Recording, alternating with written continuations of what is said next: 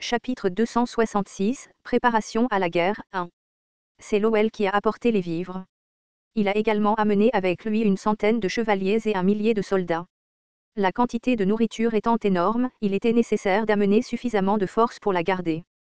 L'air visiblement épuisé, Lowell s'adressa à Ghislain. Tu vas bien? C'est assez de nourriture pour nourrir le personnel de la forteresse pendant plusieurs mois. Je veillerai à la livrer à temps la prochaine fois. Quoi? Pourquoi es-tu celui qui livre ça? Que fait un maître espion ici? Tu n'as pas d'autre travail à faire? À la question de Ghislain, l'expression de Lowell s'assombrit. La quantité de nourriture était si importante que le surveillant en chef m'a ordonné de venir. Il a dit qu'il se sentirait mal à l'aise d'envoyer quelqu'un d'autre. Pendant que j'y étais, il m'a également demandé d'inspecter les conditions des territoires le long du chemin et de faire un rapport. Et maintenant, il veut que je m'occupe également des affaires étrangères. À première vue, les rôles de maître espion et de diplomate peuvent sembler très différents, mais en y regardant de plus près, de nombreuses tâches se chevauchent. La diplomatie permet de rencontrer directement des personnalités clés, de recueillir des renseignements et de visiter facilement d'autres territoires sous couvert d'affaires officielles. Cependant, cela expose également à des risques plus importants. Pourtant, les avantages valaient les dangers. Oh, ce n'est pas mal. Peu importe la quantité d'informations que vous recueillez, rien ne vaut le fait de voir les choses par vous-même sur place. Lowell regarda Ghislain, serrant les dents en hochant la tête. Maintenant, en plus de voyager pour recueillir des informations personnellement, Lowell était également chargé d'analyser et de classer les données des autres espions une fois de retour sur le territoire. Ah, j'ai vraiment envie de m'enfuir. En tant qu'ancien prisonnier de guerre, il savait que fuir signifierait une mort certaine. Tout ce qu'il pouvait faire, c'était travailler sans relâche, même si cela le tuait. Boum, boum, boum. Les soldats de Fenry commencèrent à décharger d'énormes sacs de blé des wagons et des tas de viande des wagons réfrigérés. En regardant cela, les spectateurs poussèrent des cris étonnés. Wow! Même en voyant cela, ils avaient du mal à croire que c'était réel. Aucun d'entre eux n'avait jamais vu une telle quantité massive de nourriture et de viande de sa vie. Waouh, j'ai entendu dire que le continent connaît une grave famine, alors comment ont-ils réussi à en apporter autant? Regardez toute cette viande. Elle doit avoir un goût incroyable. C'est trop, beaucoup trop. Est-ce qu'il prévoit de la vendre? Combien cela coûterait-il? J'ai entendu dire qu'ils sont nobles, mais dirigent-ils également une guilde marchande? Les gens déglutirent difficilement, hésitant à s'approcher. C'était le domaine de Ghislain, l'homme connu pour anéantir les monstres, et Keo, qui avait autrefois abattu seul un ogre à 2 têtes, était stationné ici. Alors que Keo était alité, Ghislain et les autres chevaliers étaient en parfaite condition. Tout le monde savait qu'il ne pouvait pas espérer les affronter. Alors qu'il était bouche bée devant la quantité absurde de nourriture, Ghislain parla. Fatigué de manger de la viande de monstre tous les jours. La foule hocha vigoureusement la tête. Agacé par le prix élevé du pain et de la viande. Plus de hochements de tête. Je vendrai de la viande et du blé au prix d'avant la famine. Intéressé. Oh. Les gens écarquillèrent les yeux d'incrédulité. Ils étaient bien conscients de la montée en flèche des prix des denrées alimentaires à l'extérieur de la forteresse. Vendre de la nourriture au prix d'avant la famine semblait impossible. Alors que la foule murmurait d'étonnement, Ghislain continua. Mais il y a une condition. Le paiement doit être effectué uniquement en peaux et tendons de monstres. Je les évaluerai également au prix d'avant la famine, alors gardez cela à l'esprit. La foule hocha la tête sans hésitation. Bien que les prix des peaux aient augmenté récemment, ils étaient toujours loin d'être aussi chers que la nourriture. Dans cette région, les sous-produits des monstres étaient vendus en abondance. Naturellement, les peaux et les tendons étaient plus abordables ici que partout ailleurs.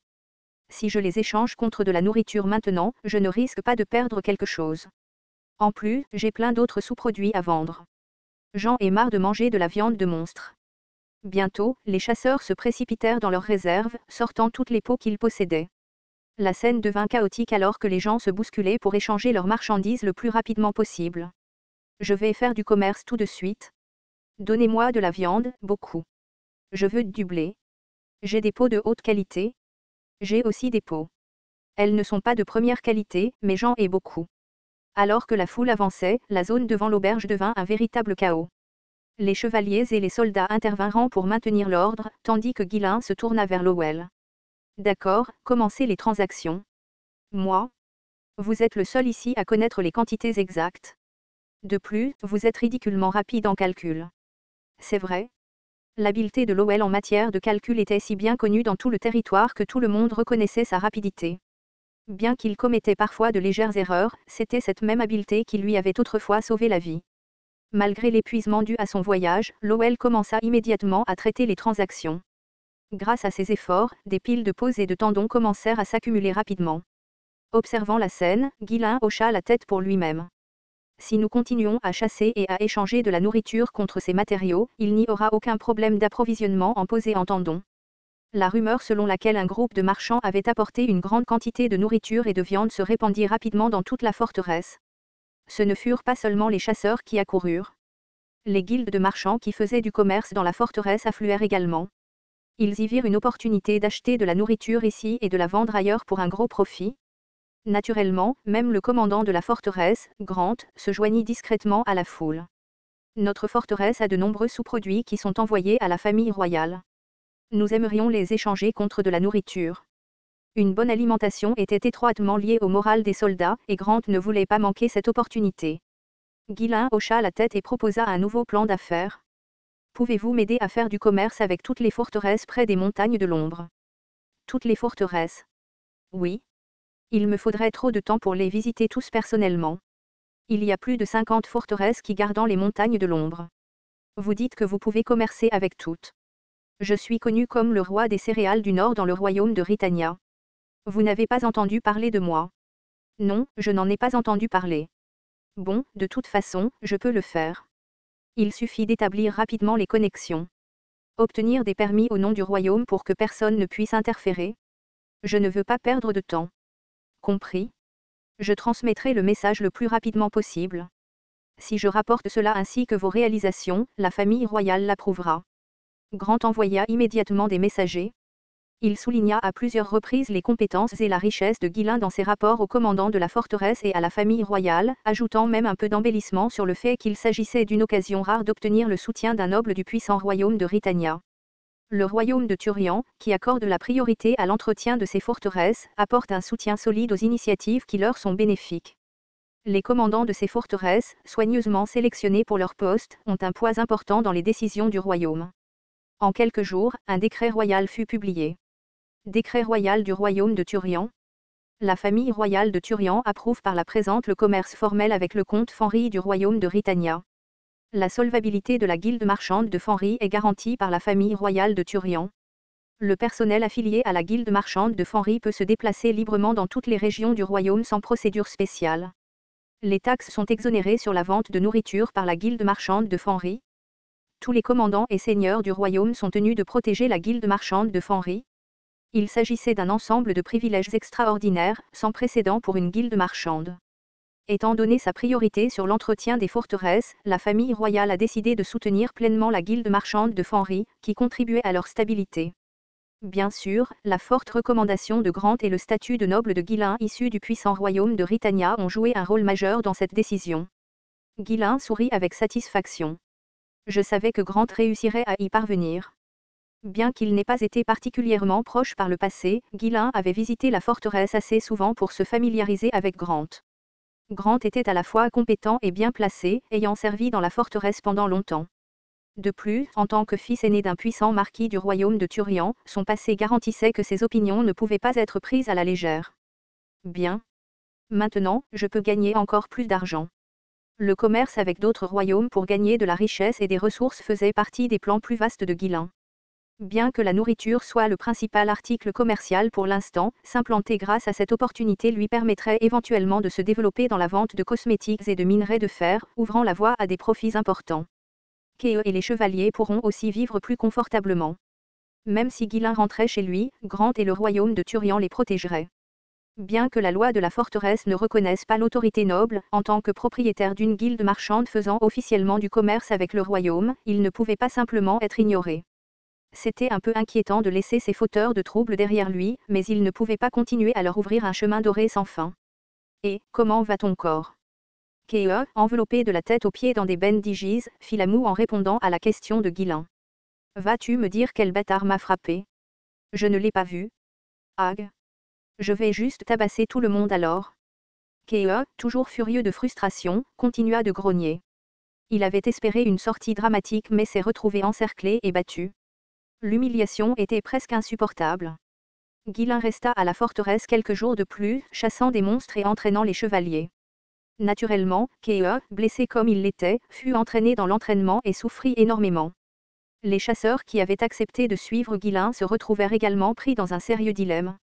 Nous sommes foutus. Un contrat de 30 ans. Pourquoi ai-je accepté l'acompte? Quand vais-je le rembourser? Et maintenant, le royaume protège ces salauds. Ils furent entraînés dans des chasses aux monstres et travaillèrent aux côtés des chevaliers. Ils servaient de porteurs et de démanteleurs. S'échapper était désormais hors de question. Bon sang. C'est donc pour ça qu'ils nous ont payé d'avance. Nous ne pourrons plus le rembourser maintenant. Ils avaient gaspillé imprudemment l'avance généreuse en boissons et en divertissements. Même s'ils voulaient se battre, ils n'avaient aucune chance contre les chevaliers. Surtout contre Kea, qui était devenu le combattant le plus fort de la forteresse. Même s'ils faisaient équipe et parvenaient d'une manière ou d'une autre à gagner, cela n'aurait aucune importance. Grant et ses soldats protégeraient les chevaliers, laissant les chasseurs sans aucun moyen de les tuer ou de leur échapper. Ils étaient complètement piégés. Travaillez dur pour chasser les monstres et ramasser des peaux et des tendons. Assurez-vous de les envoyer avec la guilde des marchands dès qu'il arrive. Compris? Je rentre maintenant. Kea, continue à t'entraîner dur. Oui, monsieur. Au mot de Guilin, les chevaliers et les chasseurs baissèrent la tête avec découragement. Même les chevaliers cherchaient désespérément des moyens de s'échapper de la forteresse. Ils s'accrochaient aux chevaliers qui étaient arrivés avec Lowell. S'il vous plaît, échangez avec nous. Cet endroit est incroyable. Vous aurez tellement de liberté à votre retour. Vous améliorerez vos compétences en un rien de temps ici. Mais les chevaliers nouvellement arrivés, sentant la situation, les repoussèrent durement. Qui êtes-vous? Est-ce que je vous connais? Es-tu fou?